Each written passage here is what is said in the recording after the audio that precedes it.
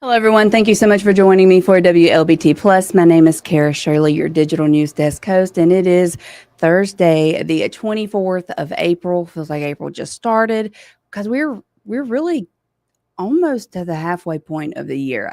And I know, of course, we've got another month to go, month and a half until we hit June, but it just seems like time is flying so fast. I say that almost at least once a week, maybe 5 times a week. I don't know, but it seems like time is going by very, very fast. But again, it is the 24th of April, the Thursday.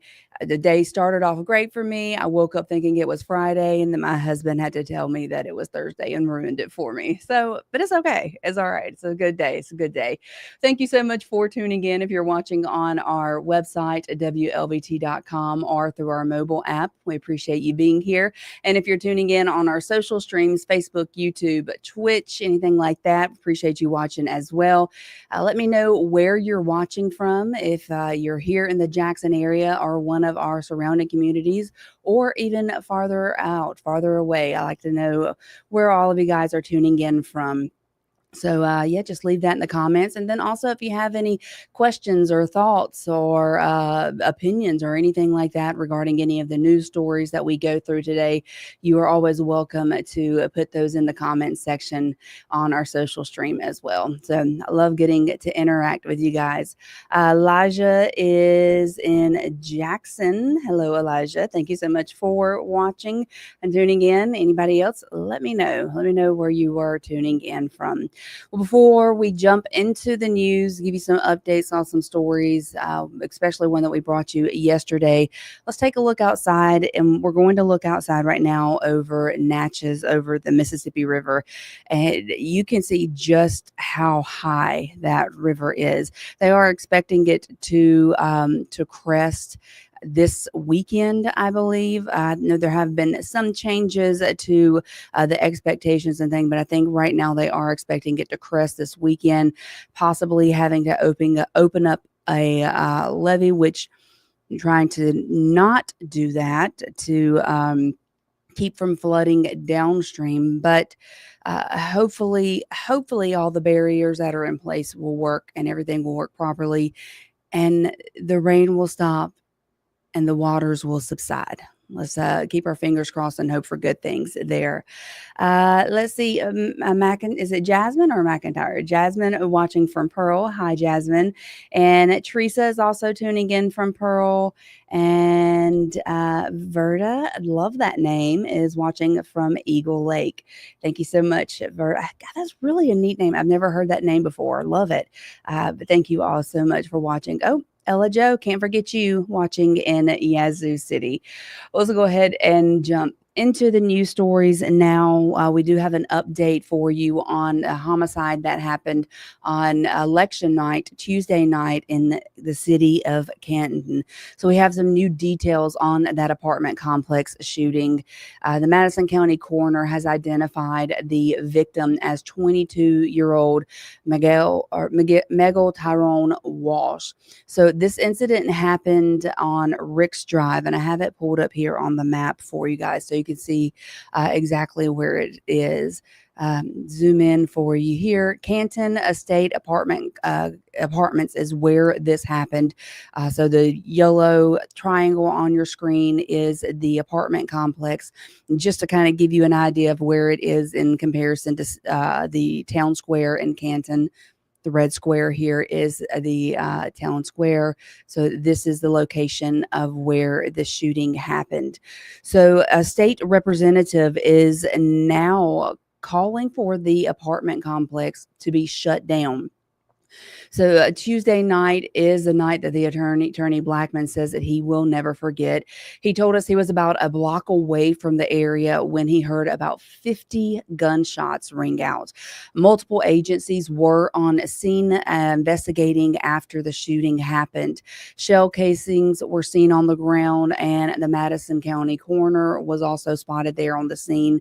Madison County Deputy Coroner Joel Shows says that the 22-year-old who passed away in this shooting suffered several gunshot wounds. I am asking that the new administration make a part of their agenda looking into the feasibility of closing the Canton State Apartments as a nuisance property here in town. This is the second murder in less than a year here at the Canton Estates Apartment. It is very notorious for gang activity. It's a gang territory. There is a lot of things going on here that we just can't tolerate in Canton.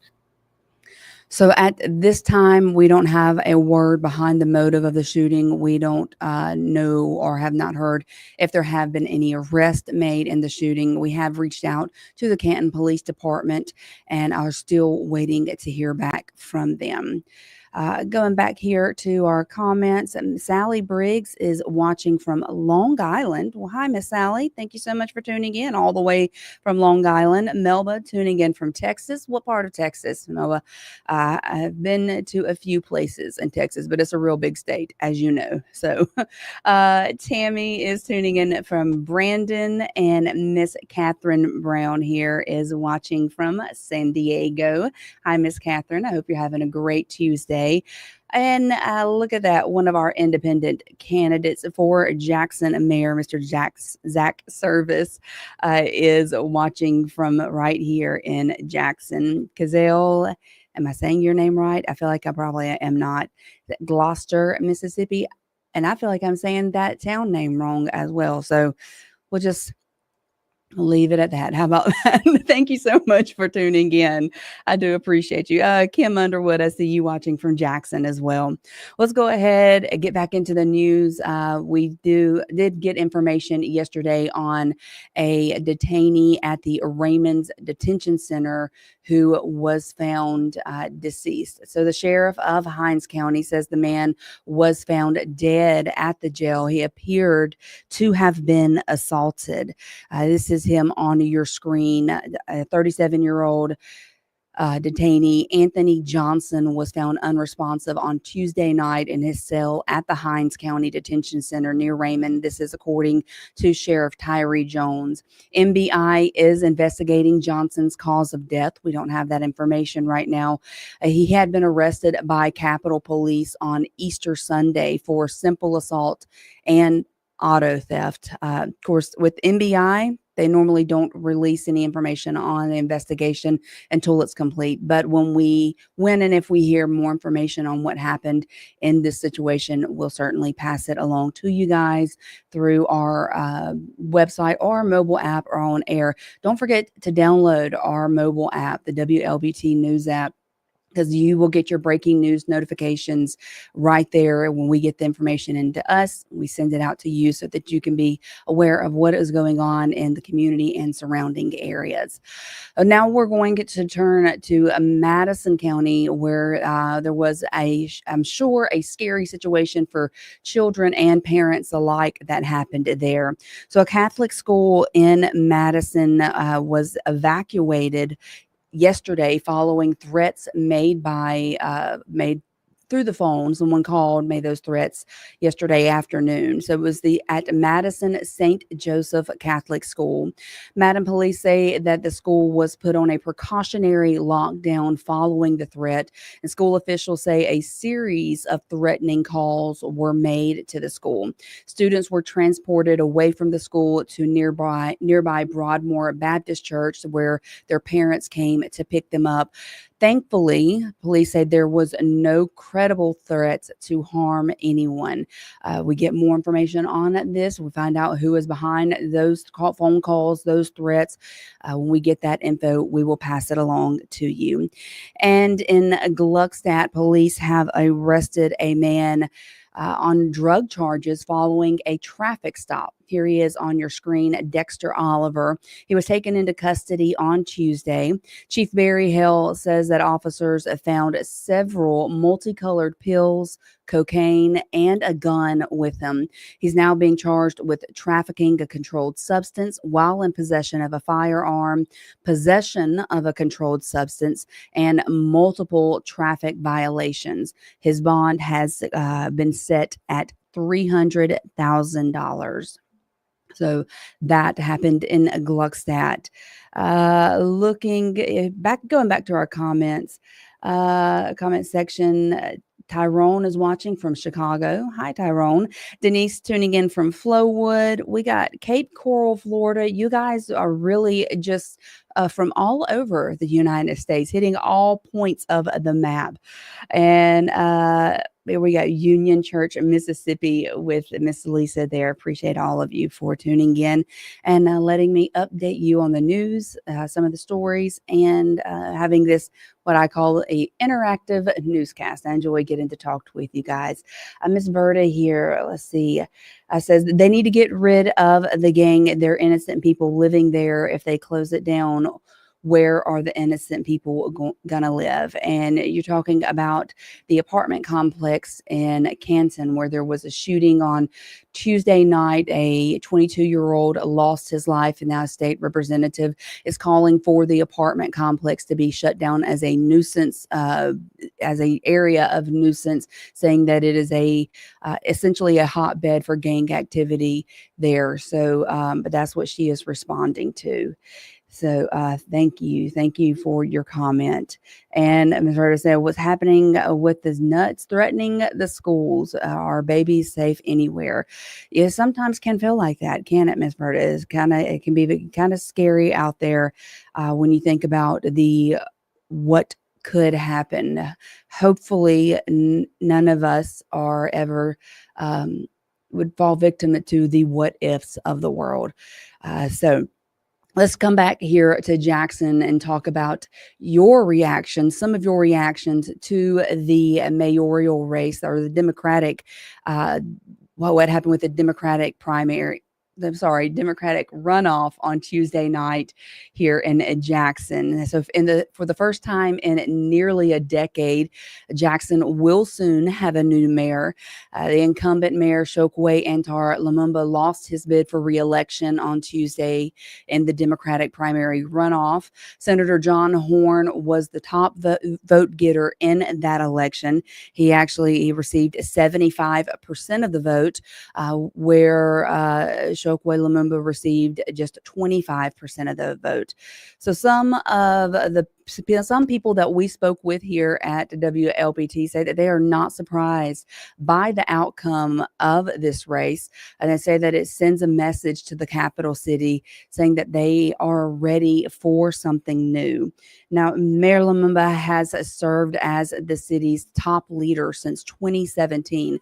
During yesterday's show, we talked about the voting numbers and who all has turned out, or how much of the percentage of the population or registered voters have turned out to these elections for primary or runoffs since 2009.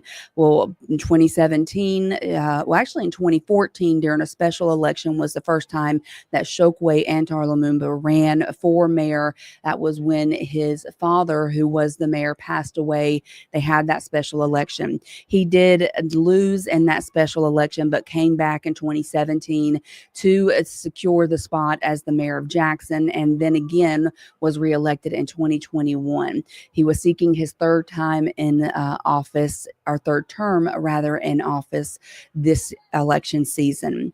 So residents say that they appreciate his service over the past 8 years, but now they want the city to elevate to an even higher level.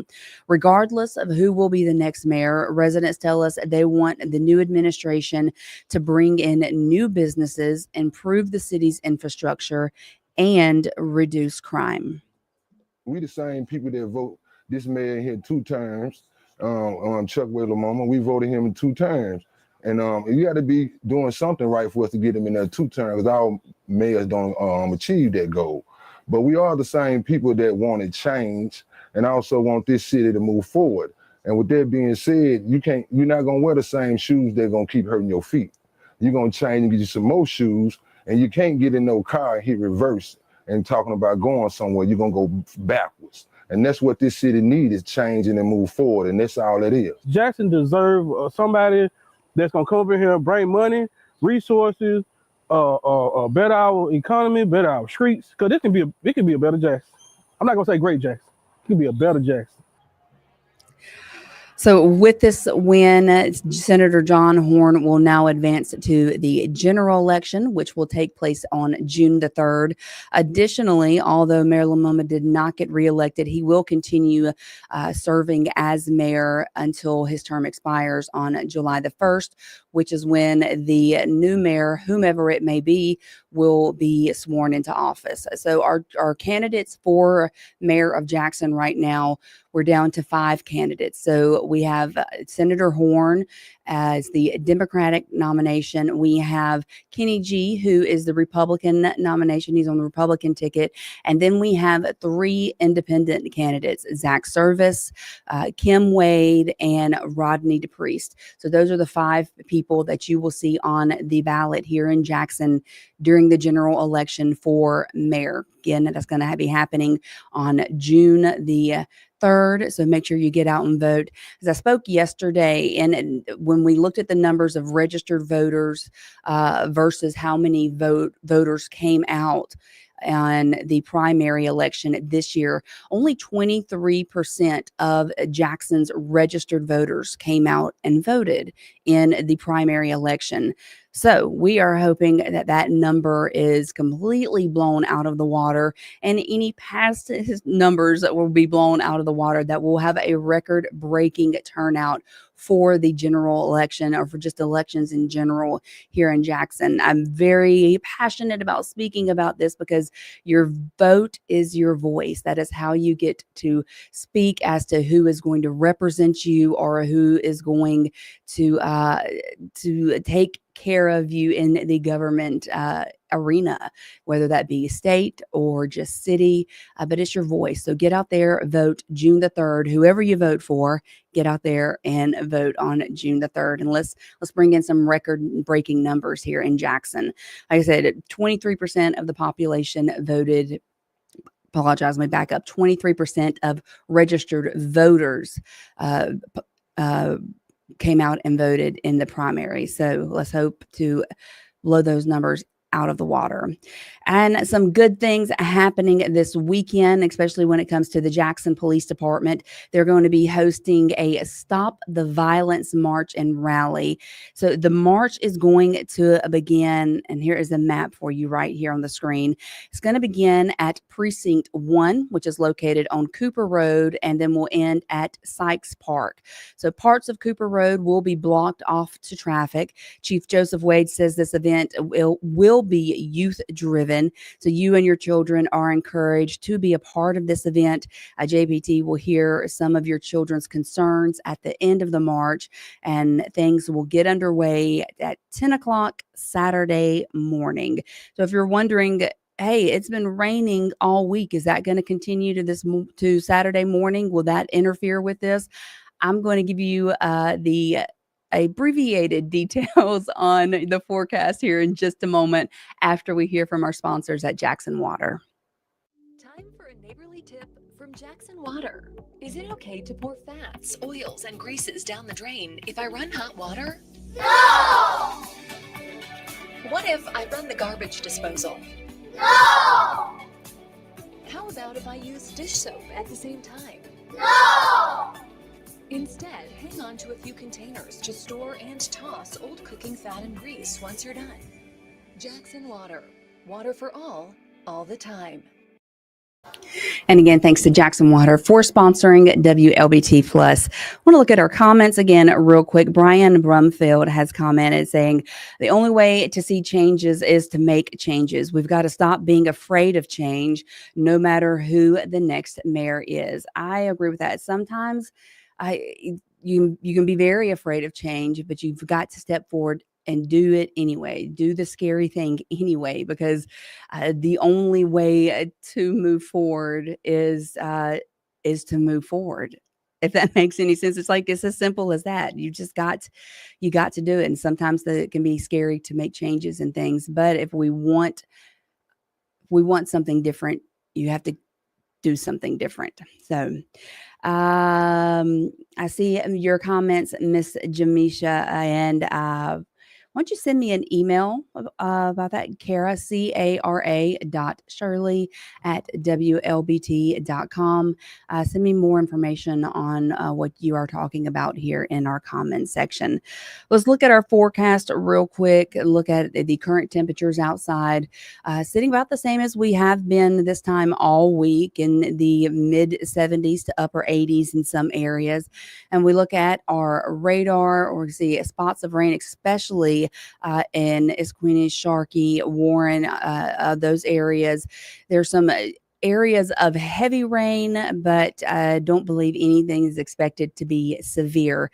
But you could see rain in your area today. You could not. It's just going to be some scattered storms out there.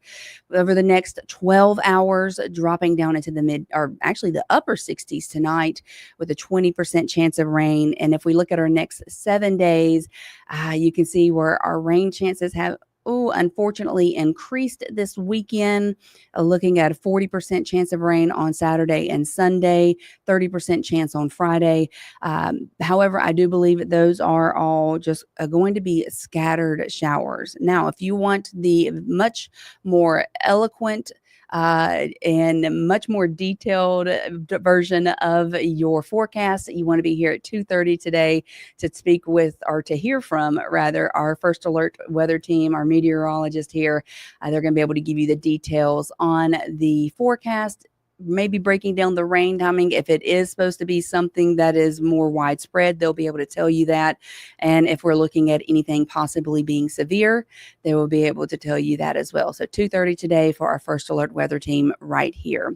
So going back to some more news, some updates on some things that are happening, like here in Hinds County. There's been some issues at the Hinds County Courthouse, including a leaking roof that has caused major damage.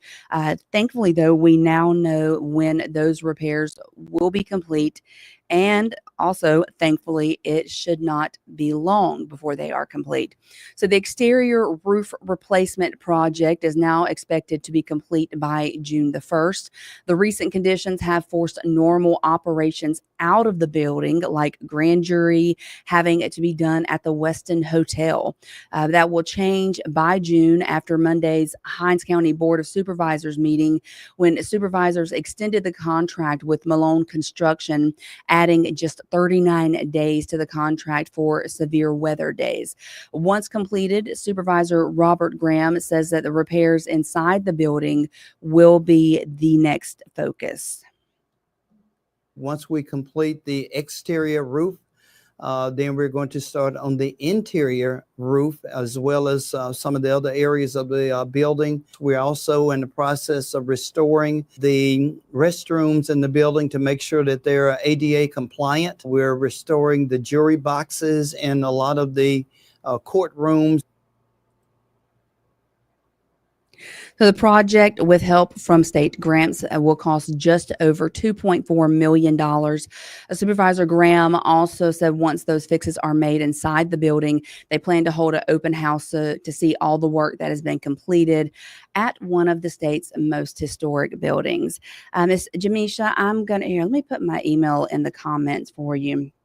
And this goes, if anybody ever has a story that they would like for us to look at here at WLBT, feel free to email me, or you can email news@WLBT.com, and we would be glad to look into it.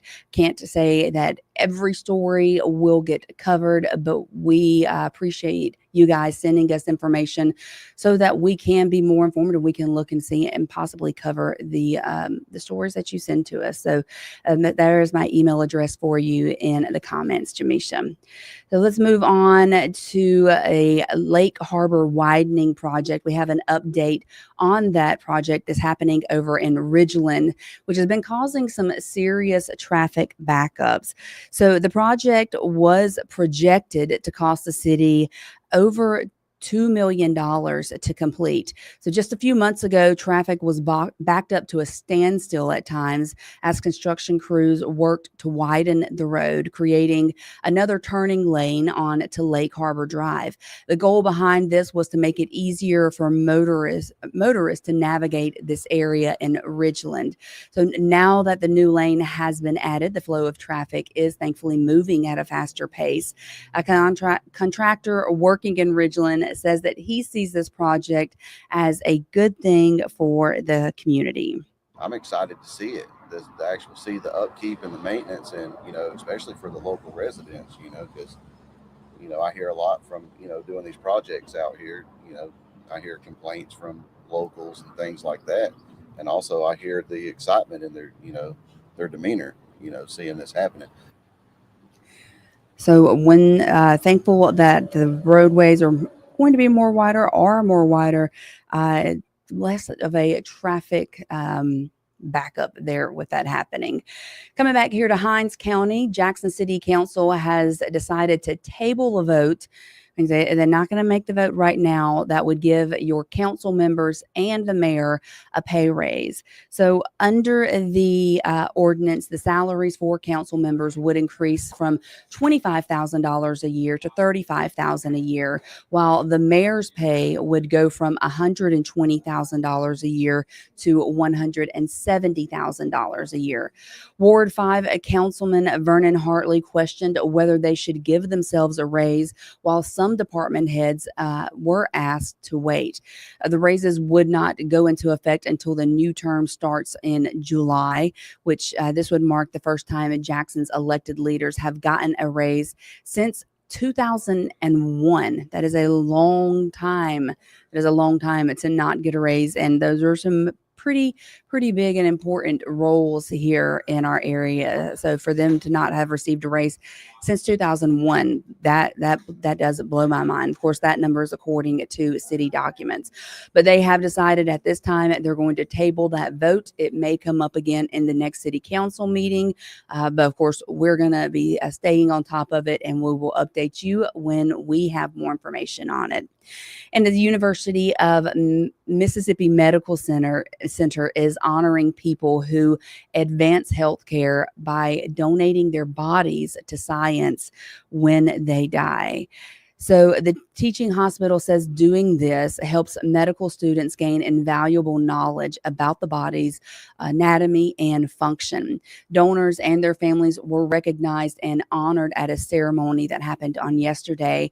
The families say that it brings closure and it helps them better understand and appreciate their loved one's contribution to science and to medicine.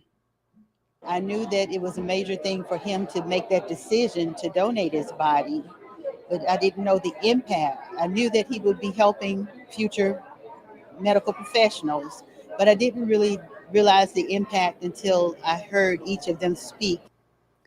Love that. So at the award ceremony, or at the ceremony rather, yesterday, 120 donors were honored. We want to thank them and of course their families for contributing to our medical community and the knowledge that they have here, especially here in the area. And there was an awards ceremony at the Hinds County Sheriff's Office yesterday. They held their first quarter award ceremony for the year. The event is dedicated to the employees and civilians, actually, who go above and beyond, as well as employees who are eligible for promotion. The ceremony was special because fallen Deputy Martin Shields Jr. was honored. His family was there in attendance. He was recognized with the Medal of Valor for his sacrifice on the night of his death. The deputies who responded to the shooting that night when Deputy Shields was killed, they were there. They were there at the ceremony when he was recognized, and they were also recognized for their roles that night.